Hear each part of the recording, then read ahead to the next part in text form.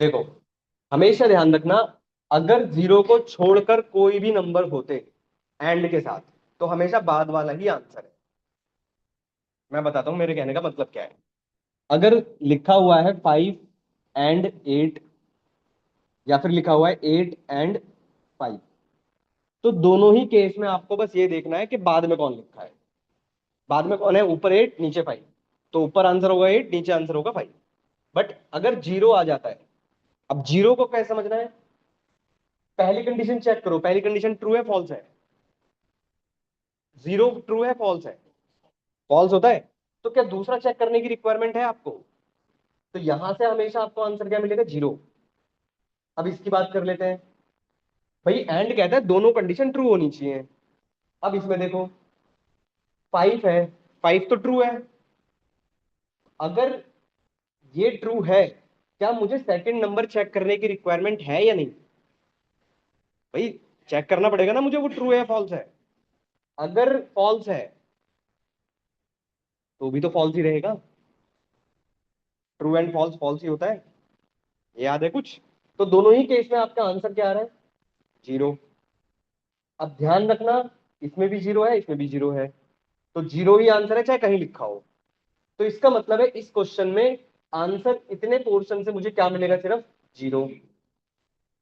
अब और टू, अब यहां पर आ जाओ। सपोज करो,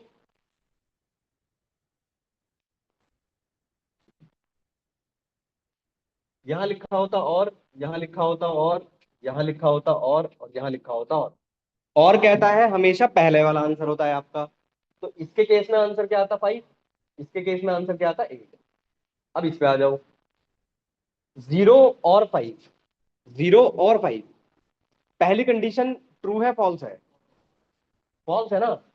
तो मुझे दूसरी कंडीशन रिक्वायरमेंट है चेक करने की? भाई और है ना ये तो रिक्वायरमेंट है मुझे पहली कंडीशन दूसरी कंडीशन चेक करने की। तो दूसरी कंडीशन कैसी है? ट्रू है। तो इसका आंसर क्या आएगा? 5। इसको देखो, ये ट्रू है, ये फॉल्स है, और में तो आप वैसे भी यही देख सकते हो कि पहले वाला आंसर होता है, तो 5। तो दोनों ही केस में पॉजिटिव नंबर ही आंसर आ रहा है। तो इसमें से आंसर क्या होगा? तो आपका आंसर होगा 2। कर पाए? कंफ्यूज हो गए या फ्यूज ही होगा? चलो नेक्स्ट आओ। ये तो छोटा सा क्वेश्चन है। ये क्वेश्चन अच्छा है, ये बताओ। बहुत बेसिक सा क्वेश्चन है, बट बहुत माइनर सी मिस्टेक कर जाओगे आप।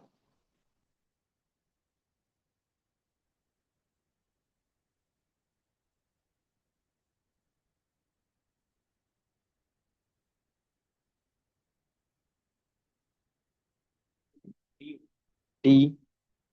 एक आंसर मेरे पास डी आया है। हाँ, ए, ठीक है। हम्म, जीरो। हाँ मतलब भाई ए 1, सी भी रह गया, वो ही बोल दो। वो क्यों छोड़ दिया? सारे ऑप्शन तो बोल ही दिए हैं। ट्रू आएगा। चलिए, ध्यान रखिएगा, यहाँ पर लिखे हैं बुलियन वैल्यूज। हमें पता है बुलियन वैल्यूज के बीच में लगा हुआ है ऑपरेटर्स। ट्रू का मतलब होता है 1, इस ट्रू का मतलब 1 मल्टीप्लाई जीरो, ये जीरो हो गया, +1, करेक्ट आंसर इज 1। हमेशा ध्यान रखिएगा बुलियंस में जब ऑपरेटर्स लगते हैं, तो आंसर आपका ट्रू या फॉल्स नहीं होने वाला। आपका आंसर एक इंटीजर नंबर होगा। ऑपरेटर्स के केस में है बस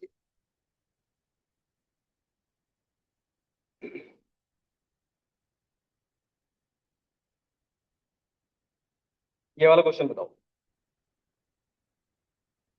क्वेश्चन नंबर 13।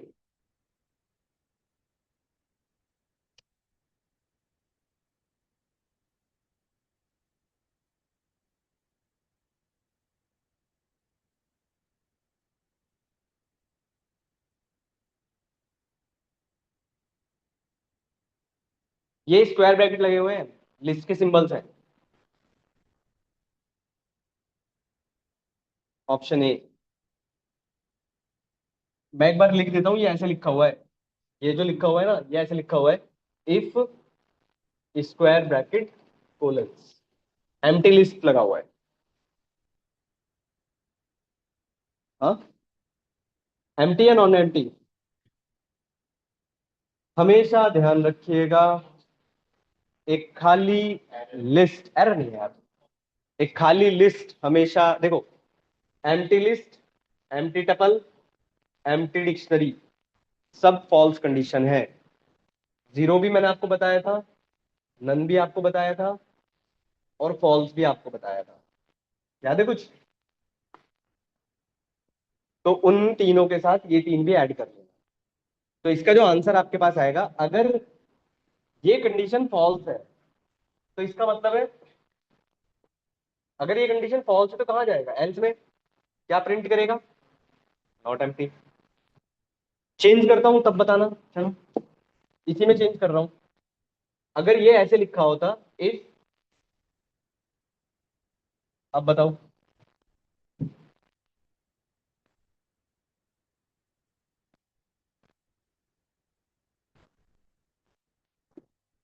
अब बताओ, अब क्या प्रिंट होगा? एम्प्टी। क्यों? जीरो का मतलब फॉल्स होगा। ठीक है, ध्यान रखिएगा, लिस्ट के अंदर एलिमेंट कोई भी हो सकता है पर एम्प्टी नहीं होना चाहिए। तो ये कंडीशन इस बार ट्रू है, फॉल्स नहीं है। तो आपका जो आंसर आएगा इस बार, वो आएगा एम्प्टी, मतलब कंडीशन ट्रू है तो ये प्रिंट करेगा। चलो नेक्स्ट क्वेश्चन।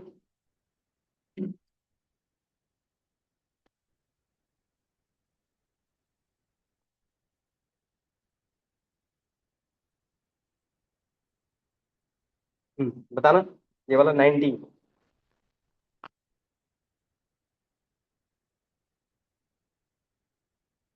ये जो लिखा है ना, एक्स प्लस इक्वल टू आई, है ना, मैं इसको आपके लिए सही तरीके से लिख देता हूँ, ये लो।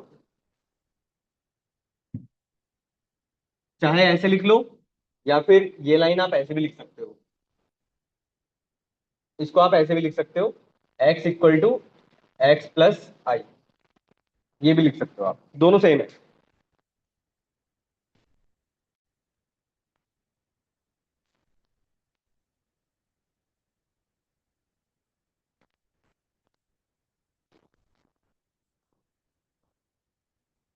हाँ, ए, और कोई?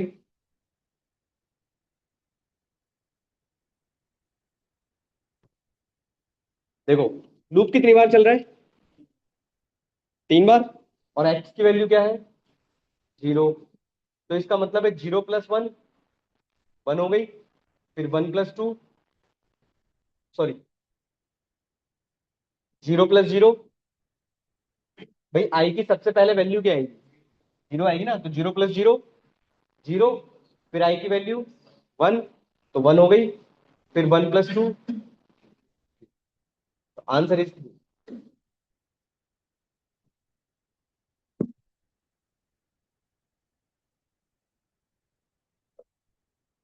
चलो नेक्स्ट।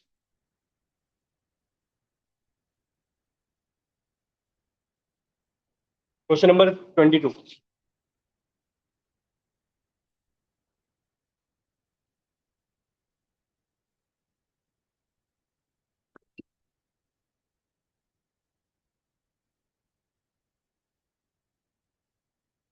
अरे क्यों? एरर क्यों है?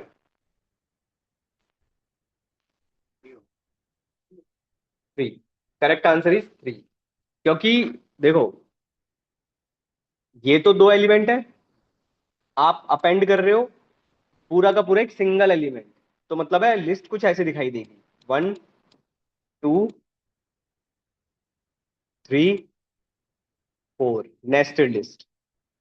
टोटल लेंथ कितनी है इसकी? 3। सही है, तो इसका आंसर आपके पास 3 आएगा।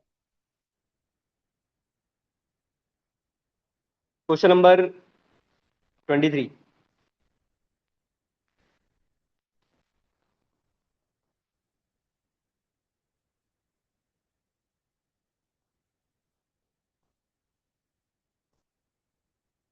डी।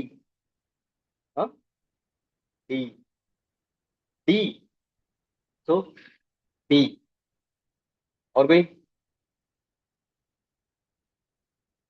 इसका आंसर है, अभी आपने ऊपर भी तो देखा था, आप जीरो से मल्टीप्लाई कर रहे थे तो एम्प्टी हो जा रहा था। तो यहां पर भी तो आप मल्टीप्लाई ही कर रहे हो एक लिस्ट की।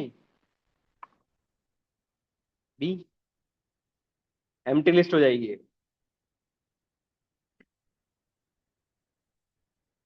जीरो नहीं, ऐड हुए थे वो। क्वेश्चन नंबर,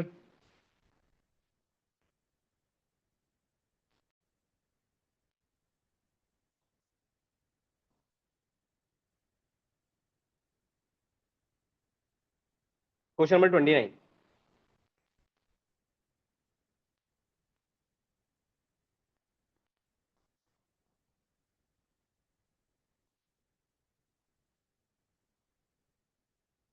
छोटा सा क्वेश्चन है भाई, इसको तो बता दो।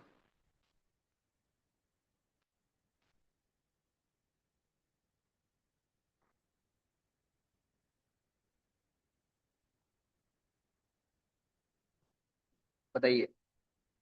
ये तो छोटा, तो बहुत छोटा सा क्वेश्चन है, इतना टाइम लग गया।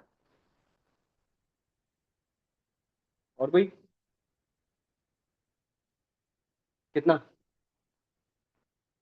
कितना आ रहा है भाई?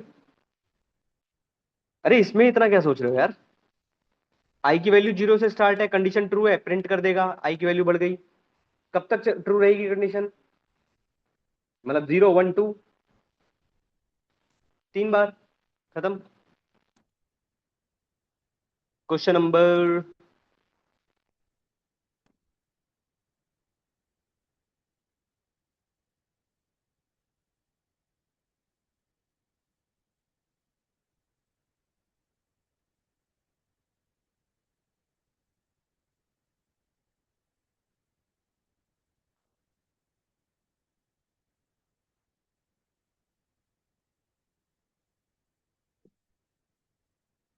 बाकी तो मुझे पढ़ाना पड़ेगा।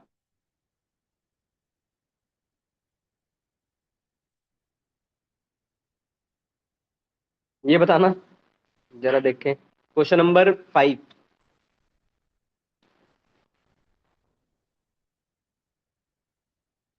इसको तो गलत मत बताना।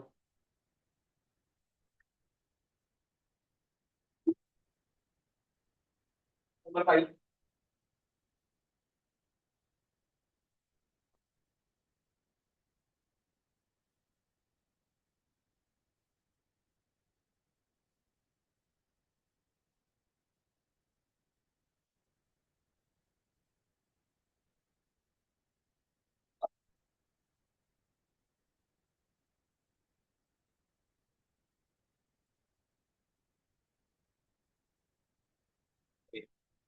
इसका आंसर है false.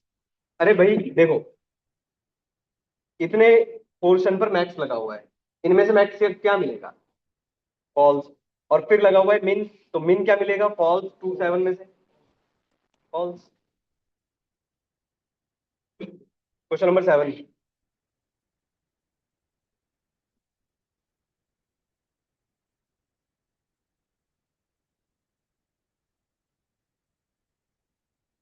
Question number 7, D.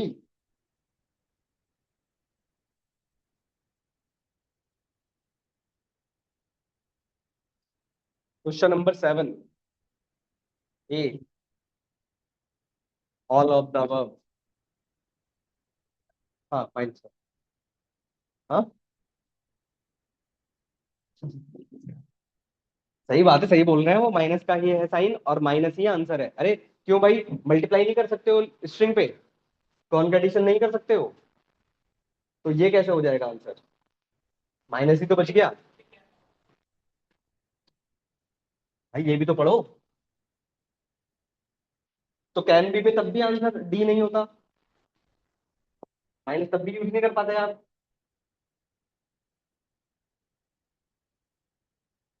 Question number,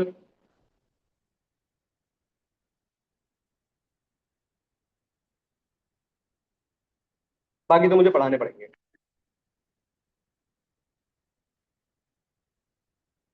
हाँ, ये क्वेश्चन बहुत अच्छा है। ये ऑलमोस्ट ना हर किसी ने गलत किया है। देखते हैं जरा 23। हर किसी ने गलत किया है। अभी तक मेरे पास इसका करेक्ट आंसर किसी स्टूडेंट ने नहीं, मतलब किसी कैंडिडेट ने नहीं दिया। क्या पता आप लकी हो जाओ।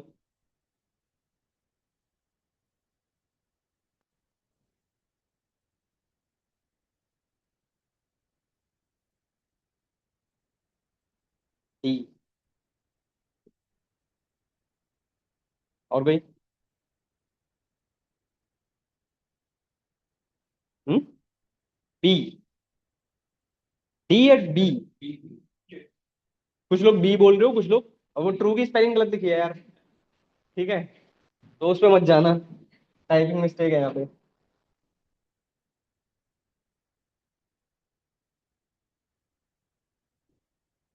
डी है ना? गलत। हाँ, ऑब्वियसली एरर नहीं है। Correct answer is false. अब याद दिला देता हूँ, इसलिए ऑलमोस्ट सब हर कोई गलत करता है इसका आंसर। मैंने आपको पढ़ाया है कि अगर एक स्ट्रिंग में है, बीच में प्लस का साइन है, तो ये एरर है। कभी भी आप एक इंटीजर और स्ट्रिंग को ऐड नहीं कर सकते। पर ऑपरेटर तो चेक करो, ऑपरेटर है किस चीज का बीच में? कंपैरिजन। कंपैरिजन ऑपरेटर का आउटपुट या तो ट्रू होगा या तो फॉल्स होगा। अब एक स्ट्रिंग है, एक इंटीजर है, क्या ट्रू है कंडीशन? तो बी भी नहीं है आंसर, बचा फॉल्स। कर पाए? ये क्वेश्चन आज तक किसी से सही नहीं हुआ है, और सिर्फ इसीलिए कि आप ऑपरेटर का ध्यान ही नहीं देते कि ऑपरेटर लगा कौन सा है। Question number.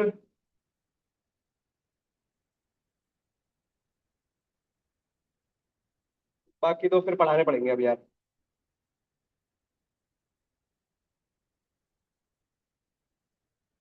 क्यों अभी नहीं किया था? Multiply two, multiply three,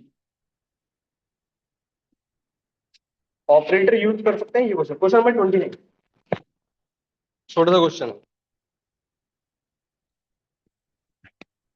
question number 29।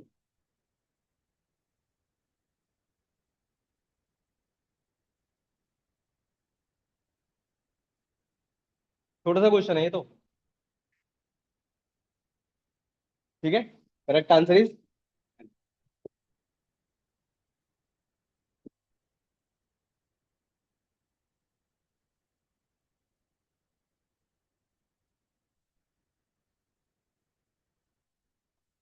बाकी मुझे पढ़ाने पड़ेंगे अभी, पर पढ़ाएंगे, तब भी करेंगे क्वेश्चंस।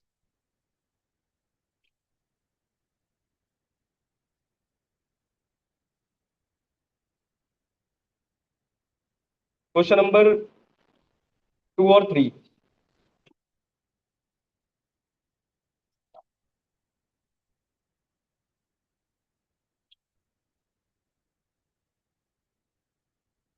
ये पीडीएफ्स मैं आपको शेयर कर दूंगा,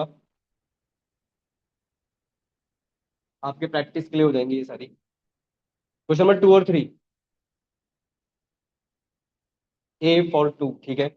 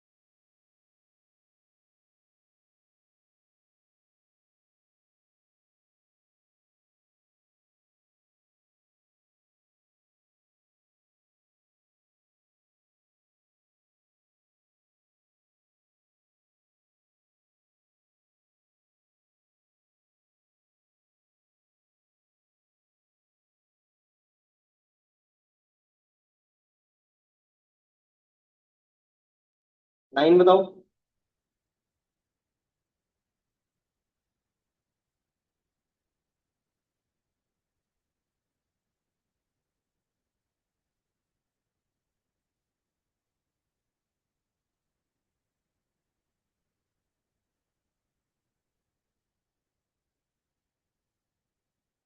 इस क्लास आज इनको बैकअप करा दो।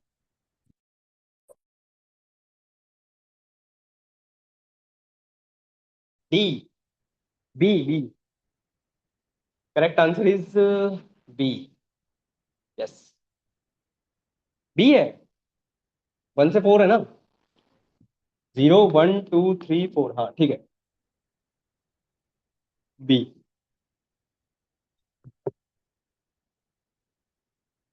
एक मिनट, कौन सा क्वेश्चन है?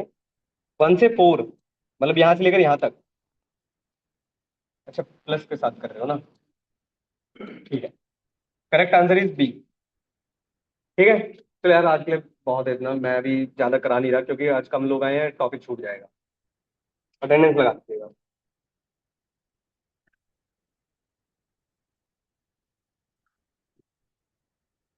नेक्स्ट क्लास में लिस्ट कंप्रेहेंशन कराऊंगा और टपल स्टार्ट करेंगे। मैं नया टॉपिक इसलिए स्टार्ट नहीं करता।